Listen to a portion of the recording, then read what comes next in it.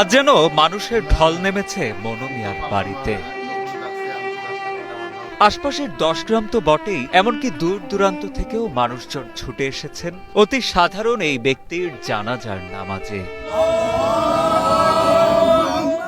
জীবনভর বিনা পারিশ্রমিকে 3000-এরও বেশি মানুষের কবর খুঁড়েছেন মনু মিয়া। সবার ভালোবাসায় সিক্ত হয়ে আজ তিনি নিজেই শায়িত হলেন কবরে। উনি কখনোই কবর করে কারো কাছ থেকে টাকা নেন নাই বা হাদিয়া নেন নাই। ইভেন ওই মৃত ব্যক্তির বাড়িতে উনি খাওয়া দাওয়াও কখনো করেন না। তার মাঝে যে চাওয়া ছিল এটাই যে উনি যেন সুস্থতার সাথেই আসলে আল্লাহটাকে ফিরতে পারেন।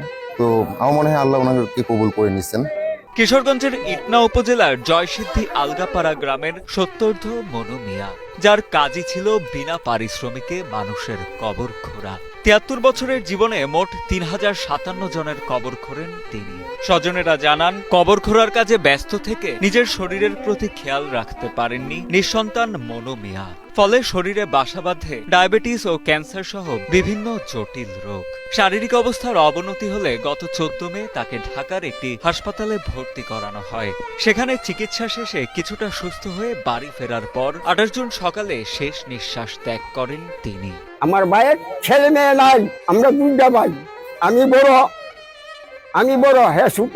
ছেলে কোনো জীবনে আমি কামের কথা বলছি না, কাম করছে না। এসের কাম আমি করে দিছি, সব কাম আমি করে দিছি। একটি না একটা কামের ফরমাইশ দিছি না আমার ভাইয়ে। আমার এমন আদরের ভাই আছে। বয়সের ভারে নিজে নুয়ে পড়লেও অসুস্থ স্বামীর সেবা যত্নে কোনো কমতি রাখেননি মনু মিয়ার স্ত্রী রহিমা বেগম।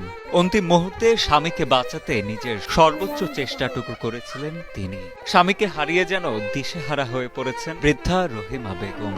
একটু হানি খাইবা, তোমার মনে চাইলে দেও, না চাইলে হানি খাওয়াইছি, আমি হেসা করে আইছি।